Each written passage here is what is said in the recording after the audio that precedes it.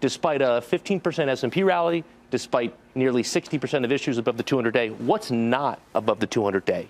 Not Microsoft, not Tesla, not Apple, not Amazon, not Google. The largest weights are still the technically weakest parts of this market. So if we take a step back and say, what does this mean longer term? I want to show you a very notable comparison.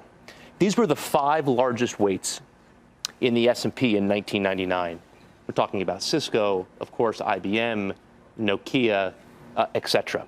They peaked at about 20% of the index on 12/31/99.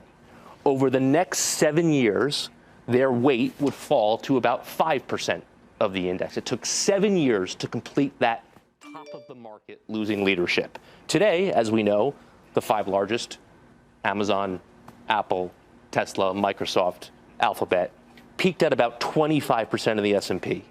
We think ultimately this is headed down to 15. So if we're losing the largest weights, it's hard for the index to make a lot of progress. I think 4150 is probably the top end of the range. But the average issue is where you make money. This is very, very similar to that 2001, 2002 bear market. Very important theme here. Chris, do they trade as a monolith, or are there certain stocks among those top 5, the 5 biggest, that you think will fare the worst?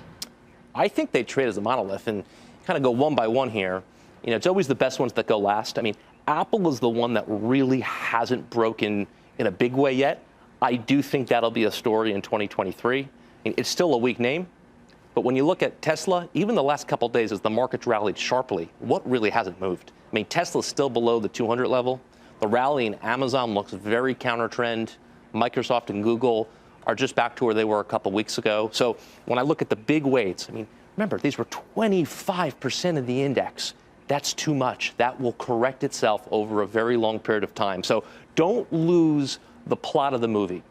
We get these counter-trend rallies, some quite big, but the plot of the movie is the large weights continue to surrender leadership. That's a process that will be measured in years, not in months or quarters. And Chris, so those names you just pointed out were hardware companies, right? So where are we going? So what will be the sectors that can pick up some of that slack? I talk often that energy, which we know is 16% of the S&P at its peak in 2008. Where do you think the average stock is going to be, though, that picks up that weighting? Well, Tim, I think what people forget is not only was energy 16% of the S&P in 08, how about in 1980 it was 30% of the S&P. So we went from 30% of the S&P in energy in 1980 to 2% in 2020. The long-term mean's about 12.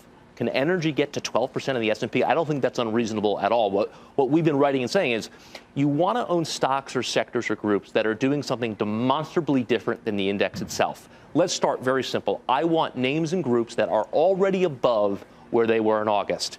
You get a lot of capital markets there. Look at Morgan Stanley or Goldman Sachs. You certainly get a lot of the industrials. I think Cummins has acted absolutely fantastic here. So I think the issue for a lot of investors it's not the stocks or the groups that people own a lot of, right? Everyone's still, there's so much legacy positioning in the Apples and the Amazons, et cetera. The things that are actually working here, and I think continue to work, leadership and ownership is still too small. Chris, thank you. Good to see you. Congratulations on II. Thank Chris you. Verone, Strategas.